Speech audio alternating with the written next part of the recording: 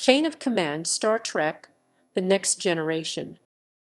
Chain of Command is a two-part episode of the American science fiction television series Star Trek: The Next Generation.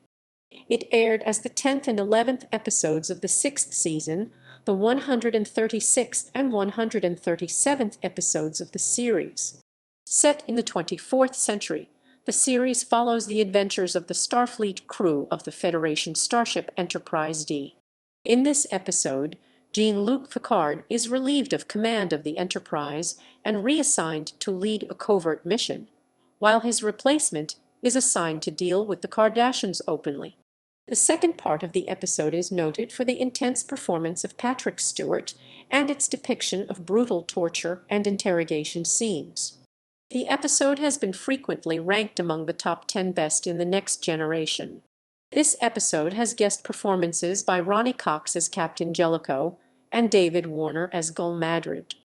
A scene that pays homage to the novel 1984 is noted for a contest of wills between Picard and Madred about perception of reality under coercion, seeing 4 lights vs. 5. Both episodes were the last of the Next Generation to air before its spin-off, Deep Space Nine, premiered in January 1993. As such, Chain of Command revisits the Cardassian political situation leading into Deep Space Nine, where the race plays a crucial role. Plot. Part I. Jean-Luc Picard, Patrick Stewart, Worf Michael Dorn, and Beverly Crusher Gates McFadden are assigned by Starfleet on a covert mission to seek and destroy a Cardassian biological weapons installation on their border world, Keltris Roman III. In Picard's place, Starfleet assigns Captain Edward Jellico Ronny Cox, who has a vastly different style of command than the Enterprise crew, particularly William Riker, Jonathan Frakes, are accustomed to. Under Jellico, the Enterprise patrols the border near Minos Corva, a strategically significant Federation planet, and holds negotiations with Cardassian representatives as to the fate of the planet. After intensive training in the holodeck, Picard, Worf, and Crusher discreetly arrive on Keltris Roman III and infiltrate the base. However, they find no signs of biological weapons, and suspecting a trap, they attempt to flee. Worf and Crusher escape, but Picard is taken prisoner and brought to Gul Madred David Warner, who informs him Keltris Roman III was a trap designed to capture Picard. Part Roman II, Min-2, Tin-2.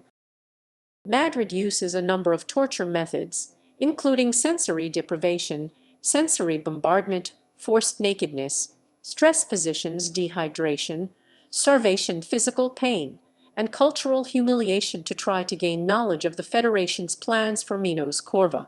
Picard refuses to acknowledge Madred's demand for information. Madred attempts another tactic to break Picard's will. He shows his captive 4 bright lights and demands that Picard answer that there are 5, inflicting intense pain on Picard if he does not agree. Meanwhile, the Cardassians inform the Enterprise crew that Picard has been captured. Jellico refuses to acknowledge that Picard was on a Starfleet mission, an admission necessary for Picard to be given the rights of a prisoner of war rather than being subjected to torture as a terrorist. This leads to a heated argument between Jellico and Riker, which ends with Jellico relieving Riker of duty and assigning Data as first officer. LaForge detects residue from a nearby nebula on the hull of the Cardassian delegation's ship, and Jellico suspects a Cardassian fleet may attempt to use the cover of the nebula to launch an attack on Minos Corva. Jellico determines that their best course of action is to place mines across the nebula using a shuttlecraft. However, Riker is the most qualified pilot for the mission.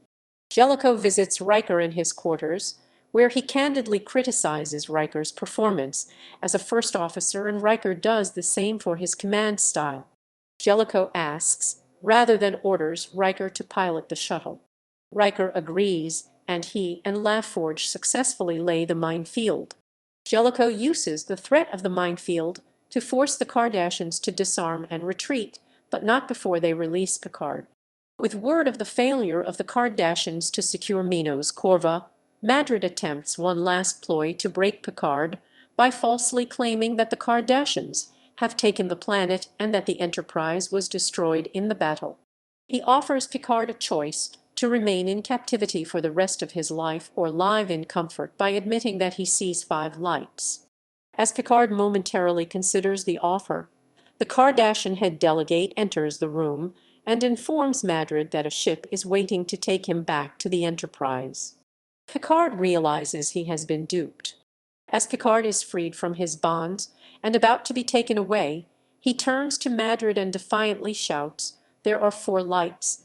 Picard is returned to Federation custody and reinstated as captain of the Enterprise. Picard admits privately to Counselor Troy Marinacetes that he was saved just in the nick of time, as by that point he was broken enough to be willing to say or do anything to make the torture stop, and by the end, he actually believed he could see five lights. Production. Writing. In the episode, Madred's test of using four lights is in homage to George Orwell's 1984, in which O'Brien tortures Winston Smith until Smith admits that he sees five fingers when O'Brien only holds up four. Casting. Warner and Stewart worked together in a production of Hamlet in 1965. Warner praised the young Stewart, who was early in his Shakespearean career at the time.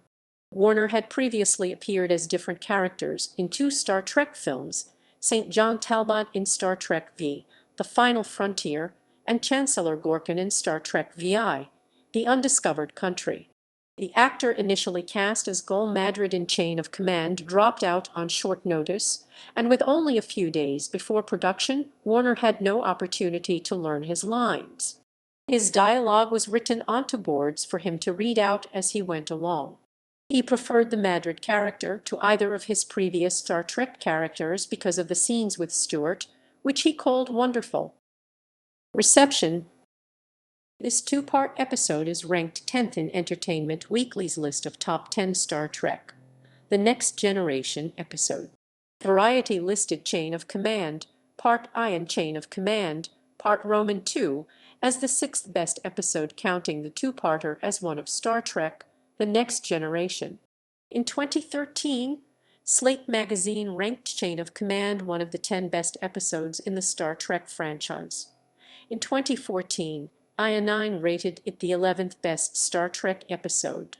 In 2015, The Hollywood Reporter noted this episode's scene where Picard cries out "There are four lights" as one of the top 10 most stunning moments of Star Trek, The Next Generation. In 2016, Radio Times rated the "There are four lights" scene with Picard as the 11th greatest scene in all Star Trek, including films and television. They praised the contributions of David Warner and Patrick Stewart to Star Trek. They note David Warner had previously played a role in 1991 film Star Trek VI, The Undiscovered Country. In 2016, CNET noted that Chain of Command was rated one of the top 10 episodes of all Star Trek episodes in an audience-based rating at the Star Trek 50th Anniversary Convention. In 2016, The Washington Post ranked the two-part Chain of Command as the fifth best episode of all Star Trek. They point out famous scenes, such when Patrick Stewart is tortured by a Cardassian after being captured, but also Captain Jellico Ronny Cox struggling to command the Enterprise crew. Empire ranked Chain of Command Parts I and Roman II 16th out of the top 50 episodes of all Star Trek in 2016. At that time, there were roughly 726 episodes and a dozen films released. In 2016, IGN ranked Chain of Command Parts I and Roman II the 13th best episode of all Star Trek series. They note the performances of guest stars Ronny Cox as the autocratic Captain Jellico and David Warner as the Cardassian Gul Madred.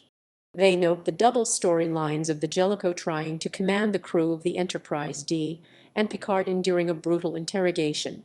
In 2017, Den of Geek included the Chain of Command two-part episode as one of their 25 recommended watches of Star Trek, The Next Generation. A regional newspaper of Cleveland, Ohio, ranked 25 of the greatest episodes of Star Trek prior to Star Trek Discovery and included Chain of Command as the fifth greatest in 2017.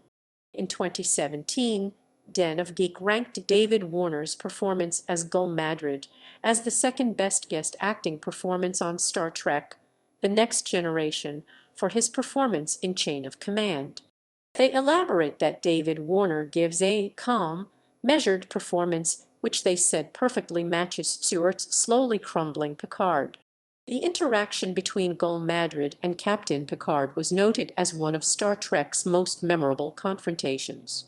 Tations, tations, tations, tations, tations, tations, tations, tations, tations, tations, tations, tations, tations, tations. In 2017, Nerdist ranked this episode the sixth best episode of Star Trek: The Next Generation. In 2018, CBR ranked Chain of Command Parts I and Roman II as the fifth best episodic saga of all Star Trek, in between all good things. As #6 the Star Trek: The Next Generation finale, and In a Mirror, darkly from Star Trek Enterprise #4. In 2018, Entertainment Weekly ranked Chain of Command as one of the top 10 moments of Jean-Luc Picard. A character in this episode, Captain Jellico, was ranked as the 68th most important character of Starfleet within the Star Trek science fiction universe by Wired magazine. The Gamer ranked Captain Jellico as the 14th best captain of Star Trek. In 2018, Tom's Guide rated Chain of Command Parts I and Roman II one of the 15 best episodes featuring Picard. In June 2019, Screen Rant noted Chain of Command as the second best episode of all 755 episodes of Star Trek up to that time. They highlight Captain Jellico in command of the Enterprise D and Captain Picard trying to endure a brutal Cardassian interrogation. Patrick Stewart's acting performance as a captive Picard is especially praised, noting the story as a showcase of the human spirit against lies and adversity. In 2019, they also ranked Chain of Command the eighth best episode of Star Trek: The Next Generation. In May 2019, The Hollywood Reporter ranked Chain of Command Parts I and Roman II among the top 25 episodes of Star Trek: The Next Generation. In 2019, IGN recommended watching both parts of Chain of Command as background for another Star Trek universe show, Star Trek Picard, a show that will also feature the same character as in this episode, Picard. They note a plot that tackles the struggles of people with bureaucracy, bad leadership, and suffering. They note performances by Ronny Cox as Captain Jellico and David Warner's brutal presentation as the Cardassian alien interrogator Gul Madred. They note the struggle between Picard and Madred characters and their battle for truth vs. information about the Federation. In 2020, Sci-Fi Pulse Net ranked this episode one of the top 7 about the character Captain Picard. In 2020, Vulture recommended this as one of the best Star Treks to watch along with Star Trek Picard. In 2020, The Digital Fix said this was the 5th best episode of Star Trek: The Next Generation. In 2021, Cinemabled ranked this one of the series' top 10 episodes. In 2021, Robert Vaux, writing for CBR, said this was the high point of Season 6 and noted David Warner's Cardassian character. Releases. The episode was released as part of the Star Trek: The Next Generation Season 6 DVD box set in the United States on December 3, 2002. A remastered HD version was released on Blu-ray optical disc on June 24, 2014. Chain of Command was released in the United Kingdom on PL format Laserdisc on April 7, 1997. The episode was published on a two-sided 12 optical disc with runtime of 88 minutes. It was also one of the episodes included in the anthology DVD box set Star Trek Fan Collective Captain's Log. The set also includes the TNG episodes In Theory and Darmok, among other episodes from the franchise. The set was released on July